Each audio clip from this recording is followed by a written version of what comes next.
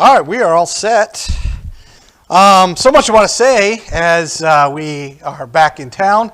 I want to say it's so wonderful that our young children here were able to go up and have a spiritual-filled and fun week at camp. I have very fond memories of my time at summer camp, and I hope that you continue to enjoy those memories and enjoy those opportunities. They are precious, and you'll be sad. You'll be sad when they go away. Thank you so much for allowing me the week to be with my family. It was just a joy to have all the family together. Kyle and Travis flying in from their respective homes, and we all met in Denver and just had a great week. And it was one of the joys is just being all together Sunday morning, worshiping, all in the same pew. It was wonderful. Want to thank Mike. I want to thank Noah for filling in while I was gone. I know it's not easy to fill in and to keep your job and do all your work and then do this on top of that. So thank you so very much. This morning we're going to talk about two stories. But one of those stories I'm not going to tell you about yet. I'm going to see if you can figure it out based on what we're going to discuss. So we're going to talk about the golden calf and another story. Now before we do that, let me just give you one more reminder. We will have a Zoom Bible class tonight at 4:58. That's when it starts. And it's going to be a new series starting. So we're going to do a new series, a lesson series called Just Like Jesus. And so we hope you can be part of that. If you need that information, just text me or email me, and I'll make sure that you have that information. But it's the same ID and code as the last Sunday night Zoom class. All right, so as we talk about the golden calf and another story, let's go over to Exodus chapter 32. And I want to ask you a question as you're going over there. Can two people do the same thing? Two people be doing the same thing, but one be sinful and one be righteous. One be unfavorable to God and the other be favorable to God. I want you to think about that as we begin our lesson this morning. In Exodus chapter 32, beginning in verse 1, it says, "Now when the people saw Moses delayed to come down from the mountain, the people assembled about Aaron and said to him, 'Come, make us a god who will go before us. As for this Moses, the man who brought us up from the land of Egypt, we do not know what has become of him.' And Aaron said to them, 'Tear off the gold rings which are in the ears of your wives, your sons, your daughters, and bring them to me.' Then all the people tore off the gold rings which were in their ears and brought them to Aaron. And he took this from their hand and fashioned it into a graving tool and made it into a molten calf. And they said,'" now notice this is Israel talking, "'This is your God, O Israel, who brought you up from the land of Egypt.' Now when Aaron saw this, he built an altar before it. And Aaron made a proclamation and said," now Aaron is speaking based on what they had said previously. He said, "Tomorrow shall be a feast to the Lord." So the next day they rose early and offered burnt offerings, and brought peace offerings. And the people sat down to eat and to drink, and they rose up to play. Later on, it talks about Moses finding them doing that very thing. Verse 19 talks about them dancing about the golden calf. It's interesting because we don't understand how people can actually make a god and think that they're doing something great, something legitimate. Well, that's exactly what they saw time and time again in Egypt, and that's all that they knew. But we look at the golden calf and we say, oh, there's so much wrong with this. In fact, Moses was told by God, go down early. You've got to go down there because your people have betrayed my way. But I want to ask you, do we really understand what was wrong with the golden calf? I want to present some things to you that might challenge your thinking a little bit. But there's a purpose behind it. Number one, as I look at this, I don't believe it was wrong that one of their leaders, in this case Aaron, took expensive metal, in this place gold, and threw it into a fire. It was not wrong for him to do that. You say, that's interesting. It wasn't wrong to fashion into the image of an animal, that take that precious metal and then fashion it into the image of an animal. That's not what was wrong here. And again you say, what? And as we look at this, it was not wrong that Israel look upon this image with faith in God. Remember, they had now substituted the golden calf for God. They were praising this golden calf as if he was the one that brought them out of Egypt. Now you look at this and you say, what are you talking about, Brother Brent? This exactly seems what was wrong with that. How can you say that? Well, I say that because later on in their history, this happens again. Almost exactly the same. And yet, God wasn't upset at all. God saw it as righteous. This points that I just made, this actually happens twice in their history. So let's now take a look at the second time this happens. Have you figured out what the second story is yet? Do you have an idea?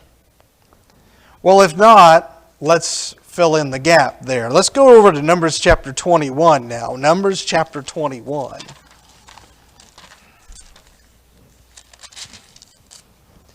Numbers chapter 21, begin reading in verse 4. Still in the Exodus, it says, and they, Israel, set out from Mount Hor by the way of the Red Sea to go around the land of Edom. And the people became impatient because of the journey. Notice the connection, right? They became impatient waiting for Moses to come down. We don't know where he is. In the same story, Israel once again is impatient. But this time, what does their impatience do? The people then spoke against God. They spoke against Moses. Why have you brought us up out of Egypt to die in the wilderness? For there is no food and no water, and we loathe this miserable food. And so the Lord sent fiery serpents among the people, and they bit the people, so that many people of Israel died. So the people came to Moses and said, we have sinned because we have spoken against the Lord, and you intercede with the Lord that he may remove the serpents from us. And Moses interceded for the people. Then the Lord said to Moses, make a fiery serpent and set it on a standard, and it shall come about that everyone who is bitten, when he looks at it, will live.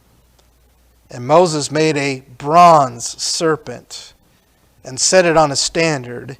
And it came about that if a serpent bit any man, when he looked to the bronze serpent, he lived. Now, if you look at this story in connection to the last story, what do you have? You have Moses taking expensive metal, in this case not gold but bronze, and he throws it into a fire to melt it down. The exact same thing that Aaron did. You then have Moses fashions it into an image of an animal, not a golden calf, but a bronze serpent. But it's really the same thing that Aaron did. And then you have Moses commands Israel to look upon this image with faith. That this image can do something for them. And that's what Aaron did. Aaron saw that they looked upon this as that this God can do something for them. This is the true God. And he said, okay, look upon it with faith.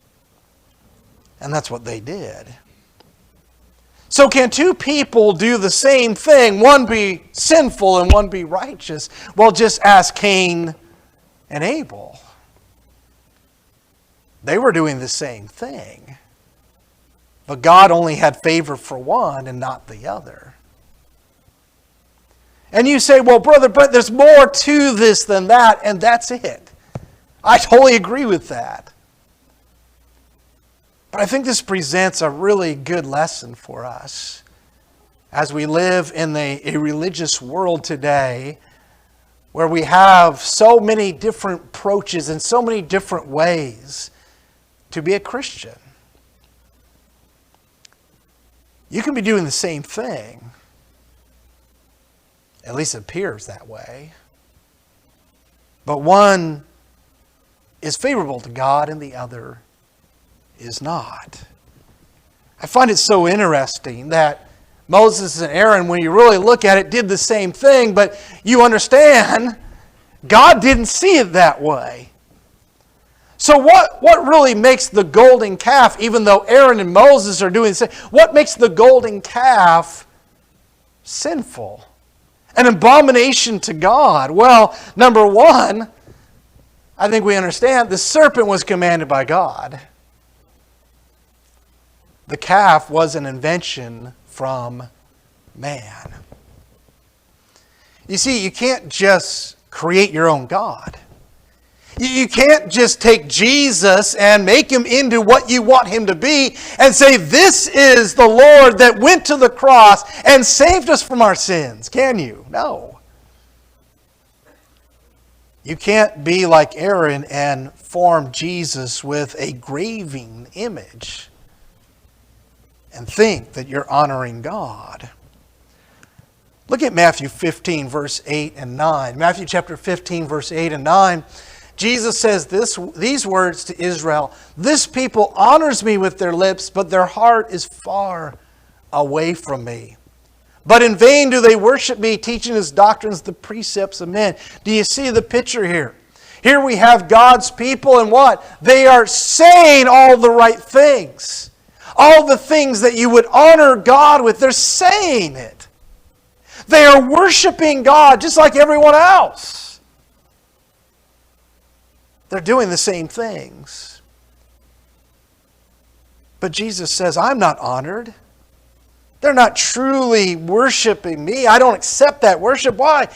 Because they are teaching the precepts of man, not the commandments of God. Their approach might be somewhat biblical, but it's not completely biblical.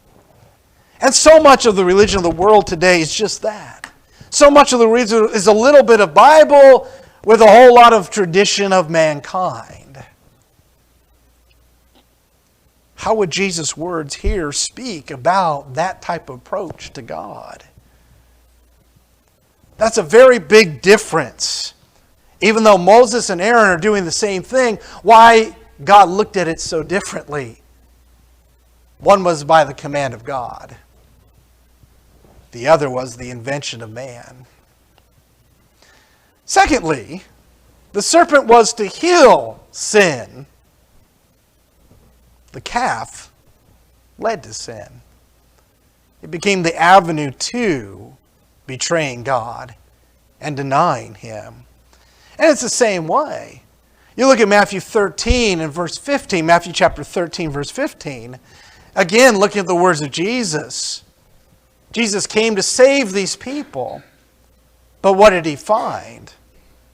For the heart of this people has become dull. And with their ears they scarcely hear, and they have closed their eyes, lest they should see with their eyes, and hear with their ears, and understand with their heart, and return, and I should heal them. Jesus came for healing. But a lot of people, they're not healed. They've closed their ears. They've closed their eyes. The real Jesus isn't really what moves them, what motivates them. And so like the golden calf, they try to mold him into their desire, into what they want him to be. Well, that's very different. You can worship Jesus and it looks like you're worshiping him just like everyone else. But is God going to see it that way? So the serpent was for healing, but the calf led to sin. That makes a very big difference between these two stories, doesn't it?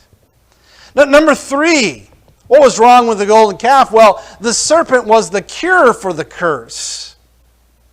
The calf was the cause of the curse. You see, we don't want to be involved in something that's going to bring or keep the curse of sin alive. And so that's why we need to know the true Jesus.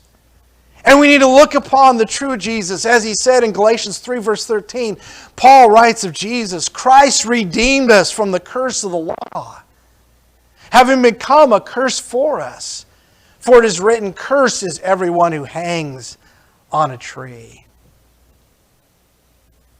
You're starting to see the significance of this bronze serpent, I hope. Christ didn't come to keep the curse, to maintain the curse, but to redeem us from the curse. I think about the words of Terah, the father of Noah. And when he was born, he's thinking about this one will bring about an end to the curse. They were looking for that. But it wasn't Noah. It wasn't the bronze serpent, it was Jesus. That's what we come to Jesus for. Redemption from the curse. Not to lead us to the curse, not to maintain the curse of sin. So the serpent, very different, was the cure for the curse. The calf was the cause, where many of Israel died because of what they did with the golden calf.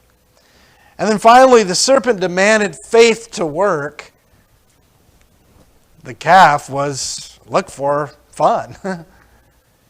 They rose early and they sacrificed to the golden calf. And they praised the golden calf. And they rose and they played. And they ate and they danced. It was a good time. And for a lot of people, religion has become just that. Entertainment. A fun time. The church has become the fulfiller of entertainment. Of righteous entertainment. The church is expected to provide comedy and sports and classes on all sorts of things. But that's not what Christ came for. In order to be healed by the serpent, it demanded a faith. Those that didn't believe that just by looking at a serpent you could be healed from a snake bite, from the poisonous venom of that snake, obviously would never have looked. They didn't believe it could do anything, so why look at all? But those who had faith, who believed, yes, I can be healed, looked upon it, and it healed them. The Spirit demanded faith to work. In Hebrews chapter 11, verse 6, the Hebrew author says, without faith, it is impossible to please Him. For he who comes to God must believe that He is, and that He is a rewarder of those who seek Him. There's got to be faith in order to have a cure, in order to be redeemed. If we don't have faith, if we're not looking to Jesus as we truly should, with honest and open faith, it's impossible to be healed. It's impossible to please God. There's certain things we need to believe about Jesus and to believe about God. It's not just believing in Him, it's having that right faith, that right approach. And so as you look at it, there's a lot wrong with the golden calf. But what it really comes down to is this. One was from God and one was from man. One was from God and one was not, and sometimes that's about as basic as it gets. The Bible boils it down to two choices. When Jesus was asked by the Pharisees, by what authority do you do these things? He says, I'll ask you a question. The baptism of John, was it from God or was it from man? That's what it comes down to. That's a big difference between these two stories. Even though Aaron and Moses were doing the same thing, that's why one was sinful and one was righteous. You see, the serpent brought men to God. The calf took men away from God. The same thing happens in the world today. The serpent was of God's will, and the calf was not. And so I hope that you can appreciate the comparison. And I hope that you can understand the point. That's not just going through the motions. It's not doing the right things. There's more to it than that. God and His authority. A heart that is open to God's truth is the key to making everything favorable to God. Now, before we close, I want to end by looking at these two things that were created. One by Aaron and one by Moses. And I want to look at the future of these things. When you look at the course of the Bible, what you see is that God intended one of these created creatures to have a future and one not. And I think you can pretty much figure out, one, He did not want to have a future, and that was the calf. What did Moses do? Moses took that golden calf and he destroyed it. He pulverized it. But he didn't just do that. He says, you want the golden calf? Then you consume the golden calf. Remember what he did? He put it in their water. He told them to drink the gold.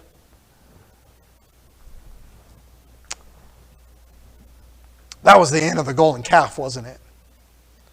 God said it is not to have a future. Well, unfortunately, Israel didn't agree with that.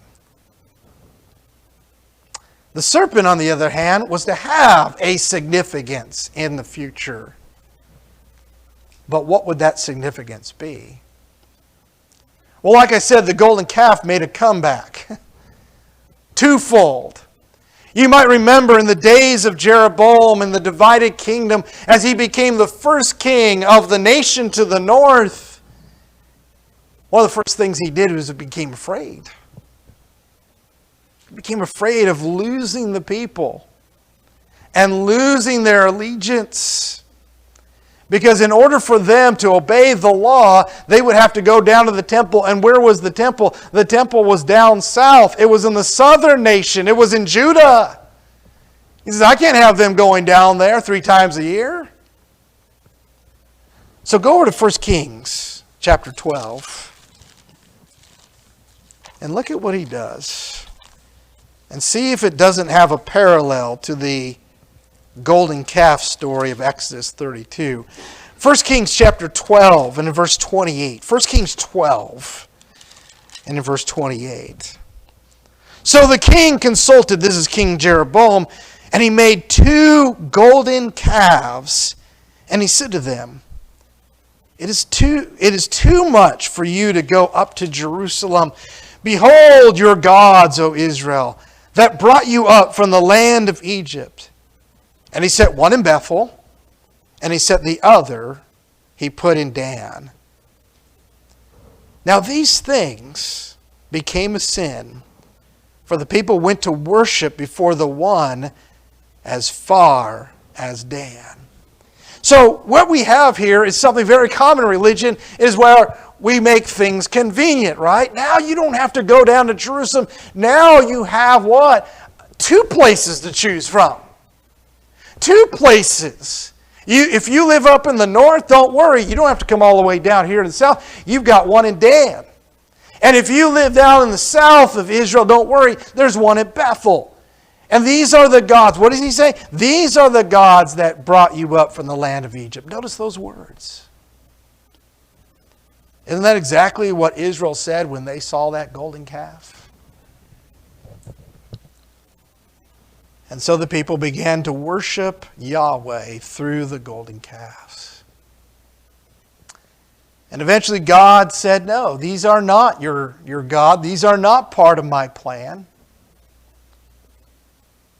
And he destroyed both of those and the altars there. They weren't to have a future. It wasn't about convenience. But there's a lot of that in religion today. Churches that have 2 types of worship service. Traditional and a more modern. Whatever you like.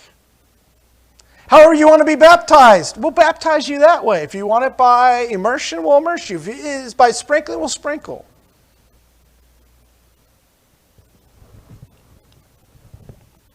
It's all a product of this idea that there's really no truth.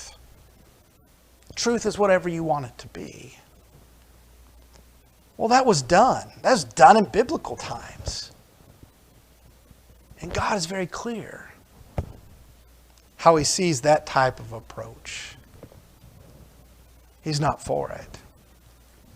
So the golden calf was not to have a future, though it did have a comeback. God was not pleased. It didn't change anything. But what about the bronze serpent? Oh, it was to have a future. But here's an ironic twist. Israel kept the bronze serpent. They kept it alive. Look, if you would, at 2 Kings chapter 18 and in verse 4. The ironic twist is the bronze serpent was kept alive by Israel, but it became just like the golden calf. In the days of King Hezekiah, one of the great reformer kings of Judah, look at what he does in 2 Kings 18 and verse 4. Now Hezekiah removed the high places, and he broke down the sacred pillars, and he cut down the Asherah. And look at this. He also broke in pieces the bronze serpent that Moses had made. For until those days the sons of Israel burned incense to it, and it was called Nehushtan. So notice that, what do? They keep it alive. They set it up. And they start burning incense. They worship God through the bronze serpent. In fact, making it its own deity. And it's not until the days of Hezekiah that we learn that this has been going on. Again, God doesn't accept the golden calf approach. For all the reasons we talked about. And so Hezekiah destroys it just like the golden calf was destroyed. But you say, Brother Brent, you told me the bronze serpent has a significance. It has a future. And it's true. And that future is brought to us by Jesus himself. In a conversation in John chapter 3, if you would turn over there, as he is speaking to a Pharisee. A Pharisee who has come to him at night, privately, maybe secretly. A Pharisee named Nicodemus. And Jesus starts speaking to him about some truths. What Jesus, I think, feels are some pretty basic truths. A Pharisee who is to know the law inside and out. And he's not understanding Jesus. And look at what Jesus says to him in verse 12.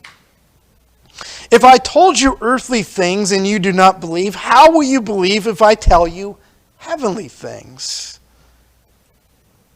Well, let me tell you something, Nicodemus. He says, no one has ascended into heaven, but he who descended from heaven, the Son of Man. And this is what's going to happen to the Son of Man one day. As Moses lifted up the serpent in the wilderness, even so must the Son of Man be lifted up. Why? Verse 15. So that whoever believes will in him have eternal life. Jesus is the future significance. Jesus says, I'm going to be like the bronze serpent. That men who are what? Cursed, bitten by the snake of sin and Satan, can look upon me with faith and have eternal life. This is the third time in the Gospel of John Jesus prophesies about his death, but this is one of the most unique ways he does it. Calling a story from the Old Testament that has so many parallels to it, to what's going to happen to him. In fact, as you look at Jesus on the cross, you almost get the idea of this visual of the serpent set upon the standard. That's the future significance. It's not a physical significance. It's not something that he wants as a visual of Jesus Christ. But it's a spiritual representation. That we can look upon Jesus and he can become our bronze serpent. He can heal us from the curse. And so I want to ask you, if you're listening to this lesson this morning, if you're here, is Jesus your bronze serpent? You say, well, yeah, I believe in Jesus, but it goes deeper than that. In order for Jesus to be your bronze serpent, you have to understand that you're under a curse that will kill you. Just like that serpent that bit those Israelites. You know, it was easy for them to understand that they were going to die.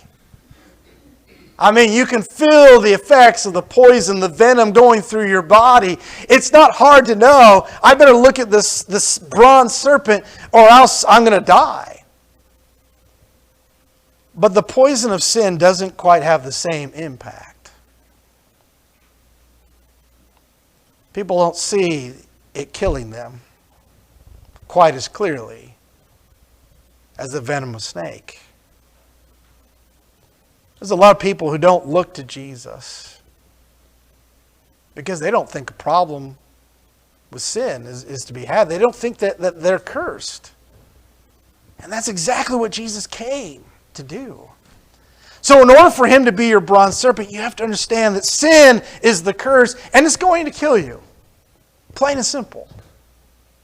In order for Jesus to be our bronze serpent, you have to stop doing what you're doing that brought the curse. That was the intention, to learn, to teach. We need to stop grumbling against God. In fact, that's exactly what they did. They came to Moses and said, we have sinned. Please intercede for us. You can't go on living a life of sin, living like the world, and say, here I am to honor you, Jesus, to be healed by you. In order for Jesus to be our bronze serpent, you have to believe that he can save you. In order to do that, point number 1 and point number 2 are pretty important. In order for Jesus to be our bronze serpent, you have to look to Jesus if you want to be healed. And hopefully by this point you understand when I say you look upon Jesus, it's not like them. It's not like just they looked at the bronze serpent and they were healed. It's a look of faith. It's letting Jesus be Jesus. Even when Jesus' way might just smack you in the face with something that's going on in your life. The reality is, I need to change that. I need to change my behavior. I need to change my life because this is out of balance with Jesus. So two people can be doing the exact same thing. One be sinful and one be righteous.